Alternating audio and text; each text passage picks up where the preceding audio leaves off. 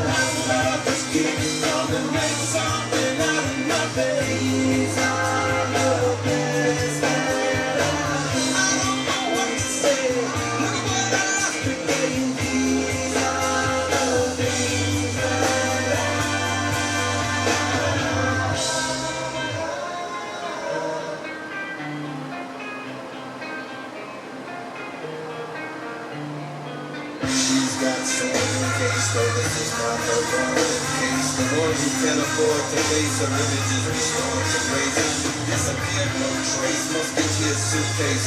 The downturn wave, little burn cup, bare canvas turns, stare rampages, pitch color pages. Down and out, but not in Vegas. Disembarks and disengagements, no law. Sweet pink canary candies, permit pop. Skin fortitude for the sticky black noses that snorted a little. To the neighboring trinkets that mimic the dirt off no trinkets. It's for you. Battered the Rainbow Town, swift kisses delivered by duck muzzles and polymer squeakers. Arrive in time to catch the late show. It's a beehive, barrel racer, beehive staring chase. Wasted teacher who tried and failed to reach her. Embossed beneath the box in the closet that's lost. The kind you find when you mind your own business. Ship sister to the quickness, the molded blisters into the new golden milk blanket. Your milk is funny to the turnstile, truck's funny. With bouquets and a cross for blue without the day. Get your broom and sweet levels of your flesh falling freckles.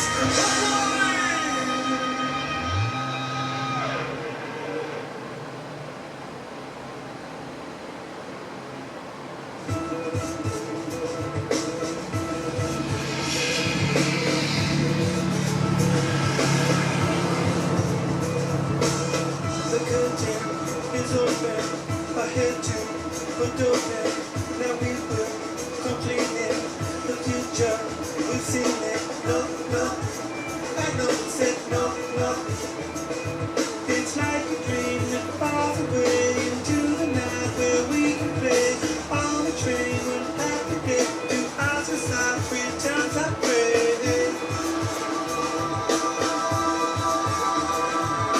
Sort of up, we gotta set up shop, and when the weather comes, we gotta fetch a drop.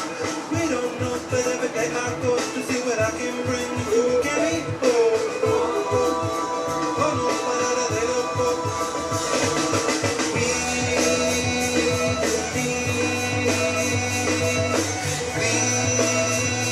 believe. I'm a dream of money, it's been my attempt got to believe it. I'm the world of family, pushing good into the future. I'm still there.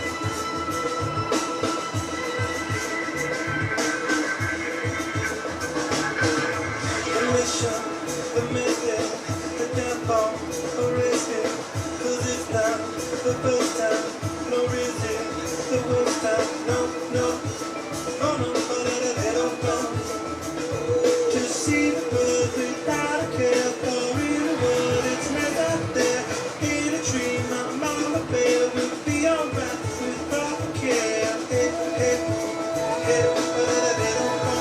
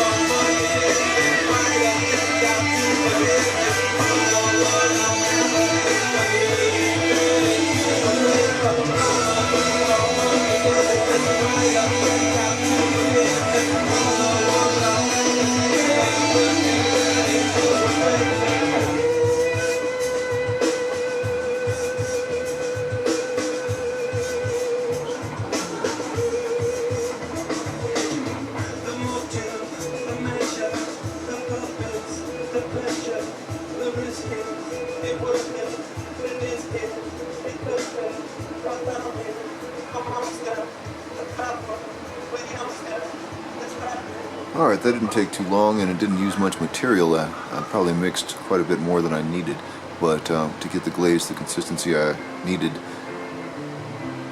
I may have had to have wasted a little paint. Fuck. But, well, by next weekend it'll be fucked. Might be able to save a couple caps of it. Anyway, while I ponder how to conserve the remaining glaze, shadow glaze, for another layer for next week, I'm going to cut it here, and then I think we're going to move on to some scale work. I've got some silver, and what I've decided to do is make sort of a layer of silver scales right here that will be tapering into the dragon, and then threading another silver scale pattern throughout the length of the dragon road, as I did with the gold. So that'll be real subtle, and I like the way the gold metallic turned out. It's not that gaudy. It's actually pretty clean and kind of nice. Just a little tricky to get it covered with the right opacity. But other than that, it's kind of cool. So that gives her some more dimension, makes her look a little softer, less mannequin-like. And I'll be back in a minute, and we'll decide what we're doing next.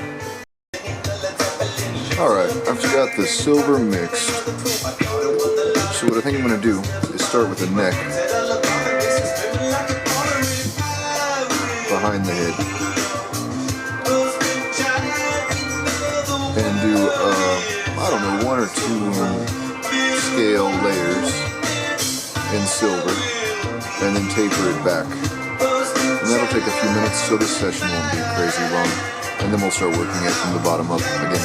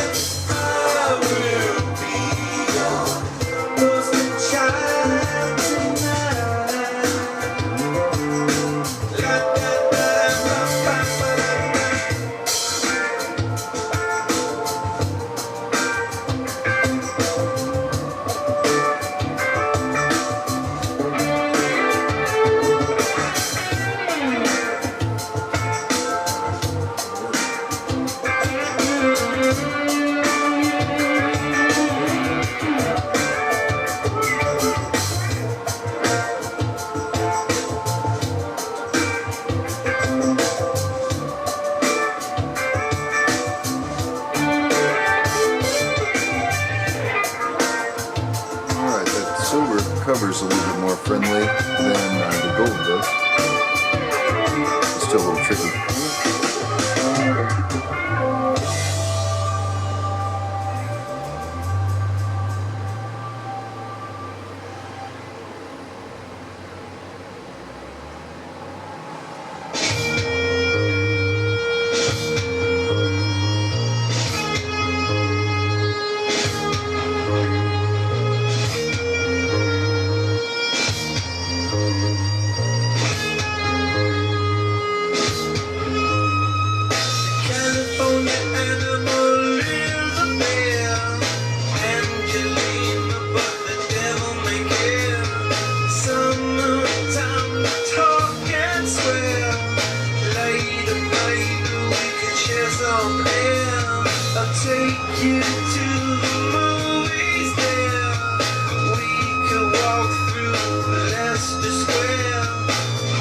Could be wetter than an English guy.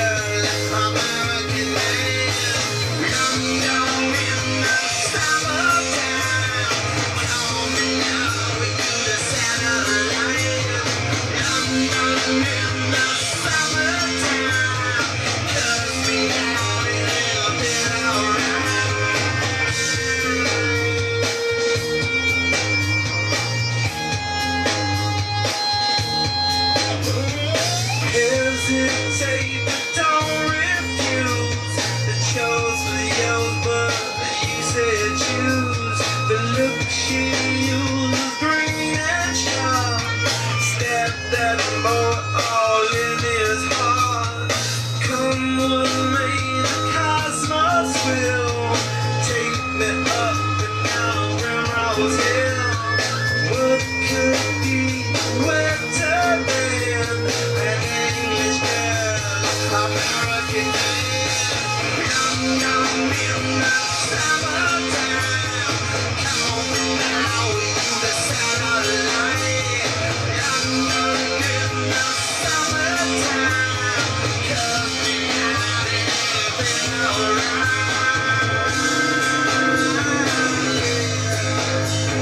Cause me out and everything alright.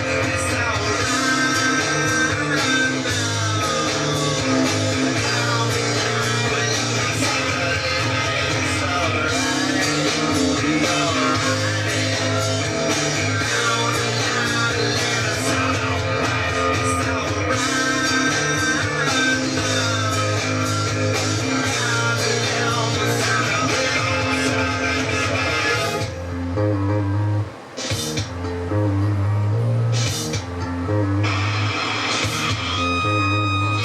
California flower is a picture.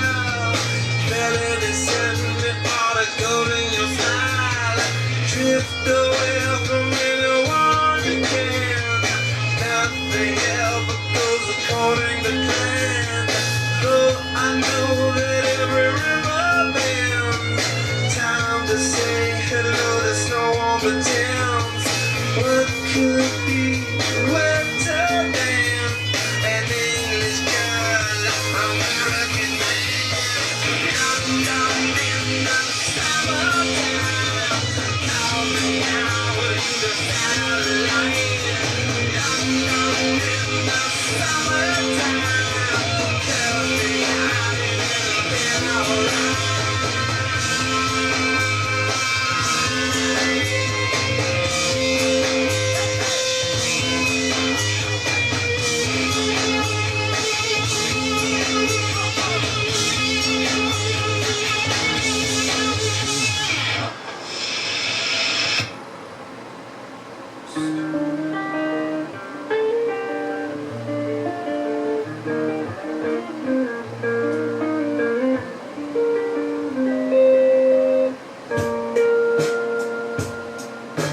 Throw me all around like a boomerang sky.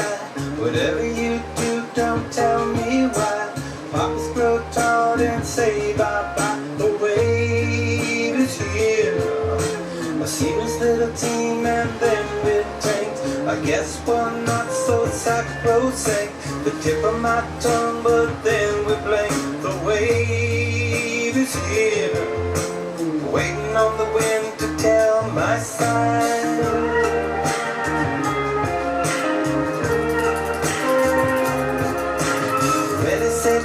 But she never gets far. Listen to your fin from the seat of my car. 2 centipedes stuck in one glass top. The law. Alright, so that sets up a division between the head and the rest of the body. It starts tapering the silver out into the rest of the snake, dragon, road scales things. So I think I'm going to zoom back out and start with the largest section of silver at the bottom.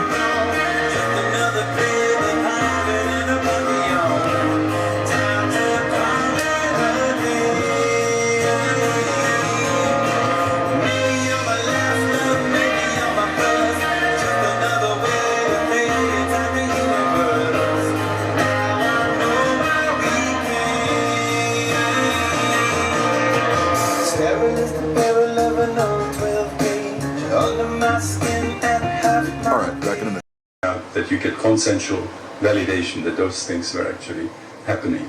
Okay, starting with The last study was very lower interesting. middle-ish Ken Ring scale studied here. a I'm going group to put a of people silver congenitally thread blind starting here and just who kind at of the time dancing when it they had around near-death and experience then they working could it see back for up the towards first the time in head. their life. Okay, And remind he me was that particularly interested in what he calls the veridical proportion of the dragon, out of or body figure eight experiences, portion is where they not only crossed saw out right something, now. but what If I they get that saw right, which I again probably could be won't. Here we go. consensually validated. And this is a major paradigm challenge. I mean, the modern physicists needed much less to move from Newtonian physics to quantum relativistic physics.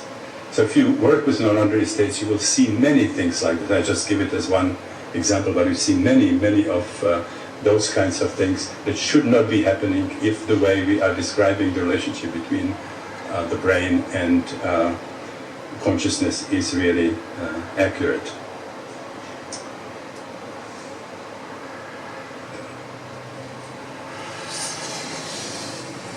Okay, so I will just show you in which areas I believe we would have to change somehow our belief system in order to accommodate these experiences. Am I doing something wrong?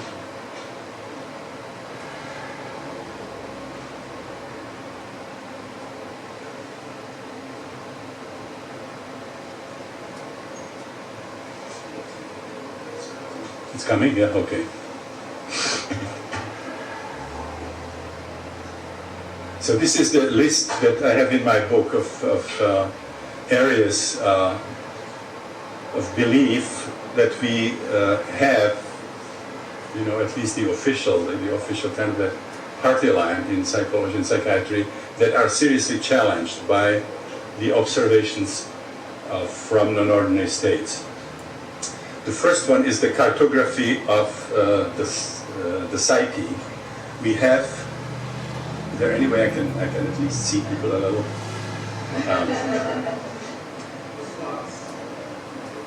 So we have a cartography of the psyche that's limited to postnatal biography and to the Freudian individual unconscious.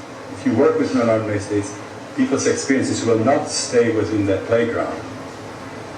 So when I tried to, after years of research, I tried to map somehow the experiences that were common in psychedelic sessions, I had to vastly expand that cartography and include two domains. The first of them I call perinatal, because many people in non-ordinary states are actually reliving their birth, and they get access to prenatal kind of experiences. Now it's extraordinary if you think about it that we don't think generally about birth as being a psychotrauma, something that could last 20, 30, 40 hours. The child can be born half dead or dead and has to be resuscitated. This is not considered to be a psychotrauma, but we put tremendous emphasis on the immediately following experience of nursing, good breast, bad breast, good mother, good nipple, evil nipple, round nipple, and so on. So if the child didn't notice that something strange was happening when he or she was being born, it will take a very long time before they can sort of distinguish nuances in nursing. And this kind of work shows you that there is a powerful imprint of the birth process. So the perinatal area has to be added. And then there is a vast realm beyond that, which we now call transpersonal. Some of the experiences I mentioned, we can identify with other people, we can experience group consciousness, we can experience identification with animal forms, where new information is coming in, identification with nature. We can transcend linear time, we can have experiences from the lives of our ancestors. There's a whole important category of karmic experiences. Ancestral experiences, the collective unconscious in the historical sense, the way Jung described it. But there's also access there to the archetypal, to the mythological dimension of the collective unconscious. We can experience deities from different cultures, again, whether or not we know mythology. So the cartography has to be vastly expanded. Now, in terms of the understanding of emotional and psychosomatic disorders, which are not organic, which are what we call functional or psychogenic, again, the general understanding is that you can fully explain them from postnatal events, what happened in infancy, what happened in childhood, and what happened later in life. This whole sort of Freudian idea of the oral, anal, urethral, and so on, phallic, early cannibalism, Electra complex. And this should be conceptual equipment that fully accounts for what we see as functional and psychogenic disorders. if you work with non-ordinary states, with people who have these problems, you always get something significant from childhood and infancy that seems to give an explanation, but it is not a full story. Then you find out that the same problem has deeper roots on the perinatal and then typically even into the transpersonal. So let's say you can work with somebody who has psychogenic asthma. In the holotropic breath work, the person would be, the holotropic breath work would intensify the choking. There would be choking, and then the first experience that comes connected with the choking would be, let's say, near drowning when the person was 7. Then it continues, goes deeper. It becomes a series of episodes when the older brother was choking that person. Then it goes to whooping cough. Then a deeper layer would be choking in the birth canal. And then you can get a past life experience of being hanged or being strangled. So that is a whole, what I call a coex system, a system of condensed experience. So if we get the biographical part of the story, it seems to make sense, but it would not be the whole story. It would not have the kind of therapeutic impact that we would expect, because there is much more underneath. So we would have an expanded view of what is the material underlying a typical emotional or psychosomatic problem. Now, this looks like very bad news. There's much more there than we thought. But the good news is that you also find new, very powerful, effective mechanisms of healing in non-ordinary states. Let's say reliving birth and integrating that experience can be extremely healing and transformative. I have seen powerful healing happening in connection with past life experience. Again, whatever we think about reincarnation, the past life experience as a phenomenon is a very real thing, however we decide to interpret it. I have seen situations where the healing happens when a powerful archetype, Jungian archetype, is allowed to surface into consciousness. Powerful healing can happen when people have experience of cosmic unity, sort of oneness, dissolving of boundaries, and so on. So we find many new effective therapeutic mechanisms. Then we have the strategy of psychotherapy. Now, if you think about it, we have enormous number of schools of psychotherapy, and they have fundamental disagreement as to how the psyche functions, what are the major motivating forces in the psyche, why symptoms develop, what the symptoms mean, and each therapeutic school gives you a different technique that we use to work with the clients. So in the beginning, psychiatrists look at the market, and then one school starts talking to them, like when it was for, wow, this is where it's at. And then if we are there for a while and it doesn't work for us, we get a training in another school. There could be a fundamental disagreement between those schools. Now this cannot be an important factor, because if the conceptual understanding would be a major factor, then one school would have to be closest to truth, and that school would have to get most of the therapeutic results. But the studies that were done show that the therapeutic results are almost equally distributed, and each school has good therapists and bad therapists, and doesn't seem to have a lot of convincing relationship with what the theoretical concept is, what we think we are doing. So some of the studies emphasize that maybe what's important in psychotherapy is the quality of the human encounter between the therapist and the client, or the feeling of the client of being unconditionally accepted by another human being, sometimes for the first time in their life. And the kind of interpretation that we give cannot be the significant part, because that would vary. The interpretation of the same material would vary from school to school. I usually remember something from my own psychoanalysis. I had a psychoanalyst who was a kind of elderly gentleman. He was elderly, he was my age now. And he was, as I mentioned, he was really convinced Freudian. And several of us of the same age were in analysis with him, and once in a while he would fall asleep in analysis, and we would have to do something to try to bring him back into the process. And then besides having our own training, we also had seminars where we could ask questions. And so on one occasion, one of us asked, purely theoretical question, what happens when the psychoanalyst falls asleep?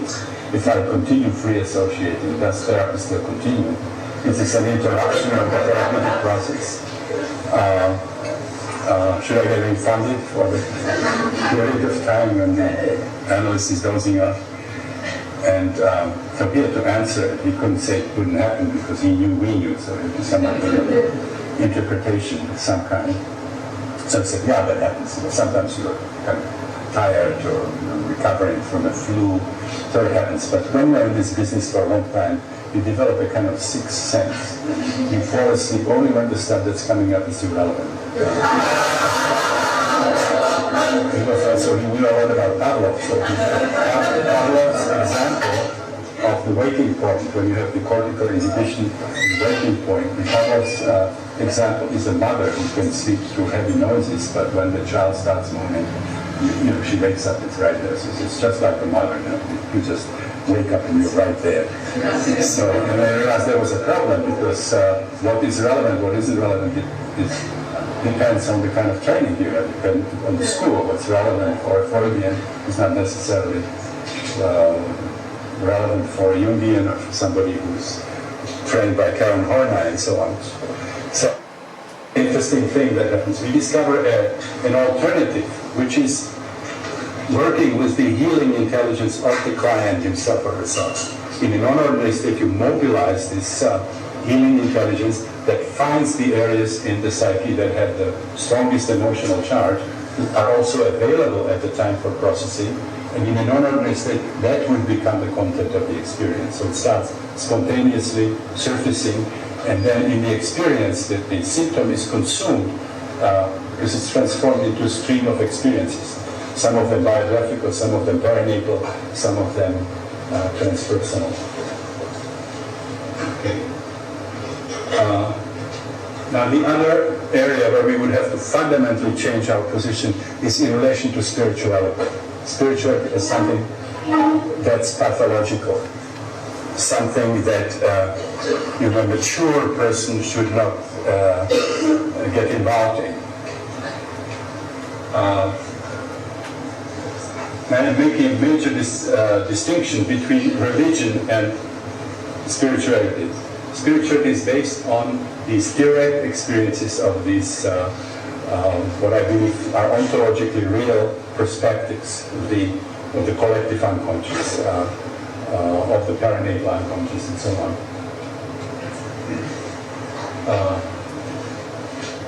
So spirituality, as Jung suggested, has something to do with the depth to which we experience ourselves. When our process of self-exploration reaches at least the perinatal level, the experiences will get a quality that Jung called luminosity. They become luminous, which means we have a direct experience of being in a realm that belongs to a higher order, a realm that's radically different from this, and there's a direct experience of this realm being supraordinated to what is happening here, like the realm of the archetypes, for example, and so on. So no matter how the original spiritual experiences were distorted in the history of religion, developing into all kinds of pathologies and so on, religion could not have the role in the history of humanity if it were not related to something that's really basic and relevant in the human psyche. And, what I didn't say before when I talked to Michael Harner is that I have worked with hundreds of people who had the best credentials you can imagine, the good IQs and trained, specific training. When they had the chance to have these transpersonal experiences, they would, one after another, would move away from the Cartesian, Newtonian, monistic, materialistic world. They would embrace the Eastern spiritual philosophies. Many of them found really some deep truths in the worldview of the native cultures, because they realized, that these are not some kind of primitive superstitions, but they are very reasonable conclusions from some powerful experiences of non-ordinary states. Now, the last thing is that these experiences, when we have them, have usually powerful influence not just on our understanding of psychology and psychiatry, but even the understanding of reality. Particularly what becomes untenable is the monistic materialistic worldview, that matter is primary and consciousness is the sort of insignificant Cinderella that came after billions of years. There's no intelligent order in the universe, it's just sort of bouncing atoms that created it all. All right, I'm going to pause, take a stretch, and So there's a reframe. very, very kind of And then probably continue with the story, universal the kind of length of the dragon root, and try and work my way back up the neck, use that as a bridge, and then start branching out with other colors, repeating the same. There's about 16 different colors rocking right now in the foreground, and threaded out to about half of it. So we'll take a similar type of chaotic pattern and start working into the rest of the figure as well. All right, that's it for the moment. It was. It simply Okay, dissipates. picking up on foreground It goes away. scales, Not that there isn't political struggle. kind but of fixing a fuck the up from yesterday. I touched karmic the light yellow underpinnings to the scarlet, I think, or some reddish tone. Anyway, to turn the whole scale kind of a flesh tone, so a peach flesh tone. So I'm going to mimic that and then do a few more scales the same tone so that it's not an accident. So that ups our colors to about 18, 17 or 18. Interestingly, in this calendrical moment, we can Which is a little experience complex, but the that's okay. calendar's It's gonna take a minute. transformation, Here we go. or we can use it as others are using it to put forward the idea that certain things are now obsolete, no longer to be practiced outside the confines of the 20th century, not part of the third millennium. And I'm thinking of fascism, sexism, racism, all the division-based consequences of old-style politics. And people say, well, where then do psychedelic drugs fit into all of this, or do they fit into it? Of course they fit into it, because the felt presence of experience, the reclaiming of the body, that's the critical political battleground. Your mind is now your own, in some sense. It was a mistake. It wasn't supposed to happen that way. But the acceleration of psychedelic use in the 20th century, the explosive spread of the internet, in some sense, it's as though we have broken from the slave quarters and are already milling in the streets, but we don't yet have the power of the understanding to know where the centers of power are and how it is that they disempower and manipulate. And that's because we haven't focused on the body. The body, and this I propose that as the thing which gives the Eros thing cogency. The body is the battleground for these various definitions of humanness, and Eros, representing the erotic celebration of diversity, is the terrifying specter to hold up in front of the order-crazed, constipated hierarchists who actually have the illusion that they own the enterprise. And nevertheless, this is what they're looking toward. This is what was made inevitable by their own rapaciousness in the past, that they painted us so quickly into a corner of resource extraction and disgust with media manipulation, that a breakout was impossible, was inevitable, had to come. One of the things that has impressed me as I go through all of this is my doctor brought it home to me, because he was saying to me as I buttoned up recently after an examination, he said, in the 19th century, most people your age were dead. This is true. I'm 52 years, soon to be 52. Very few people statistically reach that level. And And I think part of what's happening, and it's odd to address an audience so young on this matter, but here's something your parents may not be telling you. Culture is, as a cause, is only good for about 35 years on average. I mean, some people are impressed with culture till they go to the grave at 90.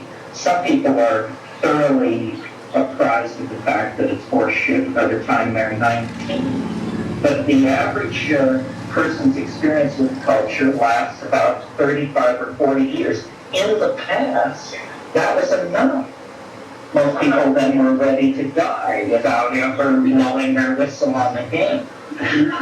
What is happening here is we are living past the age, by the millions, living past the age where cultural values make any sense at all. They simply are after, the 10,000th piece of apple pie, the 16th Mercedes, the 500th, whatever. It's just seen to be intolerable, unbearable. The agony that resides in matter that the surrealists were so prescient in insisting upon. So culture generally is an infantilizing process. And some French people have mentioned this, but they didn't really put it in a historical context, that this neotenizing trick, now so useful to advertising, to create youth praise values in everybody, it hastens the end of this culture game. It hastens the awakening of many people to the fact that the felt presence of immediate experience is not negotiable. It has no price. And yet this is what's taken from you when you go to the job, when you dress for the image, when you kiss up to the power establishment, when your time is turned into money. The felt presence of immediate experience is analogous to being enslaved. I mean, let's be frank about it, it is enslaved. And the rules of the game have been changed. Of course, it's easy to say if you're unemployed like me. On the other hand, I'm meeting my obligations somehow, always have, without ever truly working. And without ever putting my shoulder to the wheel for the man. Of course, I have to deal dope to do this. Once I got past that and it worked, well, I could go on in this vein for some time, as you see. But the thoughts that I wanted to leave you with tonight on this, because I feel like I am checking in with, in some weird way, my peer group of, and maybe my most critical group as well, which is fine. We don't need any gurus here. We don't need any laying down of the law. Anybody who tells you they have a clue as to what's happening should be suspect for mental illness and delusions of grandeur. But the thought is, and I haven't said this yet, but this is the conclusion from all of it, is culture is an effort to satisfy this weird desire human beings have to close off experience, to live with closure, to force closure. And that's why cultural trips are so bizarre, where they don't make sense to anybody but the Toto or the Warane or the Americans or the Japanese. If you're not inside the culture, it seems crazy. The cultures don't make sense because they're not trying to make sense. What they're trying to do is produce closure, which then somehow makes a human being who is living in the light of closure a more manipulatable, a more malleable, a lesser thing. And so, if the experience of the 20th century didn't do it for you, if psychedelics didn't do it for you, and I don't know what could do it for you. The message coming back at all of us is live without closure. That's the honest position, given that you are some kind of a talking monkey, some kind of a primate, some kind of creature on a planet, in an animal body, incarnate in a time and fate. In the faith of man, life without closure is the only kind of intellectual honesty there is. If you have to inoculate yourself against the various means of closure that are around, psychedelics do that. That's why they are so politically controversial and potent, because more than any other single act that you may voluntarily undertake, they pull the plug. All right, on so the that gets that peachy color of cultural meaning. They dispersed show throughout the lower that, portion of the scales anyway. I'm going to have to think very carefully about the remaining colors, or just start recycling them as we proceed. So I'm going to cut it here and come back with something. Here we go. The negatives are the terms. Just sitting here staring at this for a minute. I think I'm going to take a break from the scales, go up to the man in the moon here, and use some of the color that I made too much of for the shadows earlier today as an accent for moon shadow. So if I can get that after 20 years of brain decomposition, which is to a large measure nonsense. However, I can't say it completely excludes. Let's see if we can give this guy a little more character. Having my usual expected amount of brain deterioration. About right there. But I don't think it's that serious yet, so I hope to have another decade or two of reasonable This responses. probably won't take terribly long. It might be the last And you session have for the day. It's pretty the hot increasing today. urge to put laws against these things, because the psychology, the propaganda that they are negative, that they damage, is very real and very much believed by many people. I've been often asked why use the word psychedelic itself as a pejorative term. I mean, empathogens, entheogens, hallucinogens, psychotomimetics, other terms that are used widely in medicine that carry other messages but do not carry the intrinsic negativeness of the term psychedelic. Well, my main argument for continuing to use the term is that people may not approve of what you're working in or what you're saying, but at least they know what you're talking about. I mean, you stop 9 people on Market Street, 10 people, 9 people, you say, I work with empathogens, when they ask you what you do, they have no idea what you're talking about. 9 people out of 10, when you tell that you're working with psychedelics, may not approve, but at least they know what you're working with. So the idea of using a term that is in popular usage, I consider to be quite positive. Well, my clock is still going. The clock is supposed to go flashing 3 minutes from stopping, and the clock is stopped. So I don't know where I am. Let me wrap things up a little bit. What are the positives? I consider the positives to be my main incentive for doing the work I've done for the last half century and continuing to do it now, is I believe in this collection of materials you're going to develop tools that are going to answer many of the questions that have been brought up today. Namely, how can you find out how the brain works using a rat? How does the mind work? What kind of a probe can you make to look at the function of the mind? To me, it's going to be a psychedelic material that has very little action in experimental animals, to look into actions in man that are not seen in experimental animals.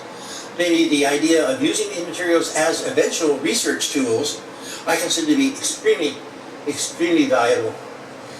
I think what I'll do, a point came up during lunch today, it brought up an interesting story that I think pretty well puts this into perspective about the need of tools for exploring research tools for exploring this area of understanding the function of the mind. It was Eric this morning was talking about animals being invested with the properties of schizophrenia.